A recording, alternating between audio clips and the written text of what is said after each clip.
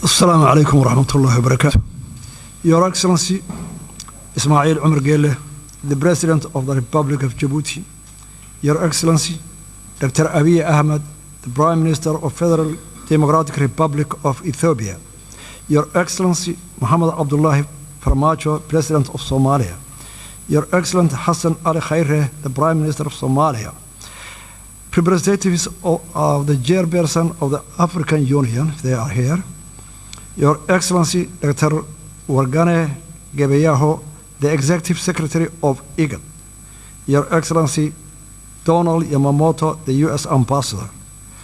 Excellency, distinguished guests, ladies and gentlemen, all protocols observed, good afternoon. Mr. President and Chairman as well, first and foremost, let me say that it's a great pleasure to be here with you today and to participate the continuation of the dialogue between Somaliland and Somalia. Allow me to extend my sincere appreciation to the regional, continental, and international community for your presence here today to discuss a topic of great importance to the Horn of Africa. Allow me to further thank His Excellency, President Ismail Omar Gele, and the people of Djibouti for their warm and brotherly hospitality in welcoming us in this beautiful country.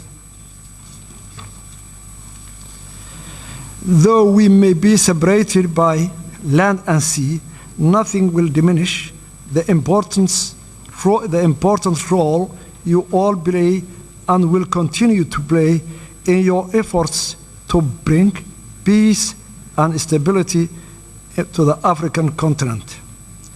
The region is suffering from a combination of unprecedented challenges, which range from the COVID-19 to environmental and socio-economic issues.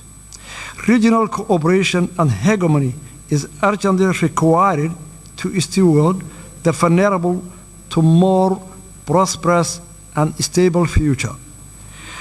Restarting of these mediation talks with international support is an important factor in securing a more sustainable future in the fulfillment of onerous and worthy duty of building a safe, secure, and stable relationship for the people for Somaliland and Somalia.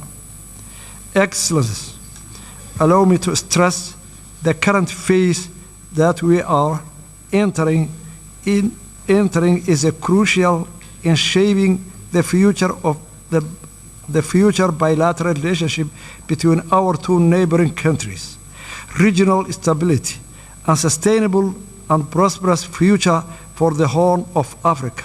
However daunting or important such a task is, I remain confident and optimistic that through our and your attention, commitment, hard work, and dedication, we will be able to contribute to the peace and security landscape across the continent of Africa. Excellencies, allow me to present a brief historical background on how we got to where we are today. Republic of Somaliland received its independence from the United Kingdom 26 June 1960. Notification of that independence was duly registered with the United Nations, and 35 countries recognized Somaliland. Somaliland voluntarily united with Somalia 1st July 1960 to form the Somali Republic. The union was not legally binding, as the Act of Union was never formally signed. Therefore, the unification effort fell short of the requirements mandated by domestic and international law. From the beginning, the union malfunctioned as Somaliland people were hugely oppressed. The people of Somaliland expressed their displeasure with the Union by overwhelming voting against the new constitution in the referendum held in 1961 and followed full-scale struggle against the Somali Republic. The result in the collapse of Somali Republic in 1991 and the restoration of the independence of the Republic of Somaliland 18 May 1991. Since restoring our independence, Somaliland, with its scarce resources and with limited international support, has embarked on a steady, incremental, and progressive agenda of conflict resolution, peace building, and state building, and established good governance and functioning government institutions. We conducted a constitutional referendum in which 97% of Somalilanders voted to support the constitution and the independence. Somaliland, during that period, has made rounds of multi-party free and fair elections, including 3 rounds of presidential elections, 2 rounds of local council elections, and a parliamentary election. Republic of Somaliland has created a conducive environment that enabled a thriving private sector and an inflow of international investment. Somaliland has played an important role in the peace and security of the region and has been a reliable partner in the fight against terrorism, piracy, human trafficking, money laundering, and other forms of organized crimes. Unfortunately, instead of appreciating all those efforts and contributions made by the Somaliland people for the last 30 years, Somalia was in a constant war against the development of Somaliland, economically, security, investment, and this deepened the mistrust and animosity between the two countries. Ever since Somaliland entered hastily into a voluntary union with Somalia, the Somaliland people has been at the receiving end of injustice, discrimination, and state-sponsored genocide at the hands of the Somali government. Evidence of the widespread war crimes committed against the people of Somaliland has been fully documented by the United Nations Special Rapporteur for Human Rights and forensic team from Physicians for Human Rights and Somaliland War Crime Commission. The acts of genocide perpetrated by the Siad Barre regime and are memorialized in more than 200 mass graves in our country. The mass graves, which are still being unearthed, will forever testify to the crimes against humanity committed by the government of Somalia against the people of Somaliland. Therefore, in approaching this present situation in Somaliland and Somalia, it's necessary to have a proper regard to the past and learn lessons from it. The legacy of the oppression against the people of Somaliland cannot be easily swept away. Rather, they must be acknowledged and taken into account when considering Somaliland people's rights to self-determination and independence.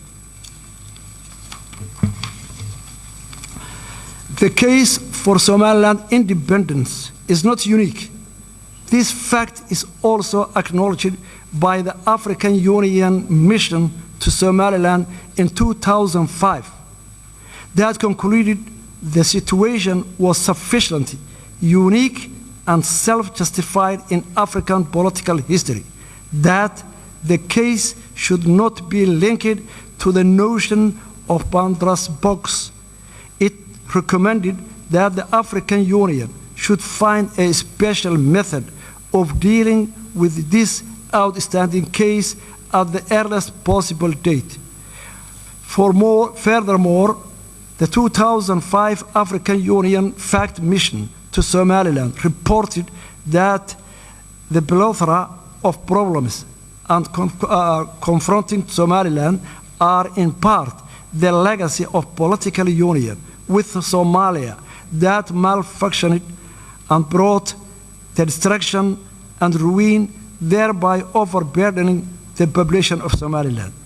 Somaliland's claim to independence depends on part its circumstances, including the brief but legal period of independence in 1960. It claims to recognize international borders relating to that period, as can be summarized from the Somaliland's case, unique and demands unique solution.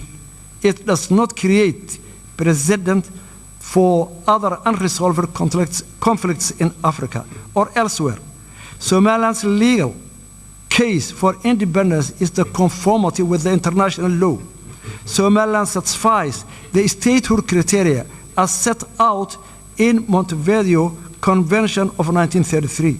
Somaliland fulfills the conditions set out in Article 4P of the Constitutive Act of the African Union, which enshrines respect of borders existing on the achievement of independence, since Somaliland borders correspond to those received upon independence from the Great Britain.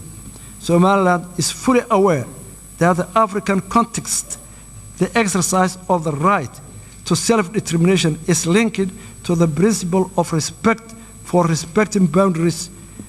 Somaliland's case for independence involves restoring borders of it possessed both as a colonial entity as an independent state. Between 1991 and 2000, the Organization of African Union considered to the break-up of two other unions.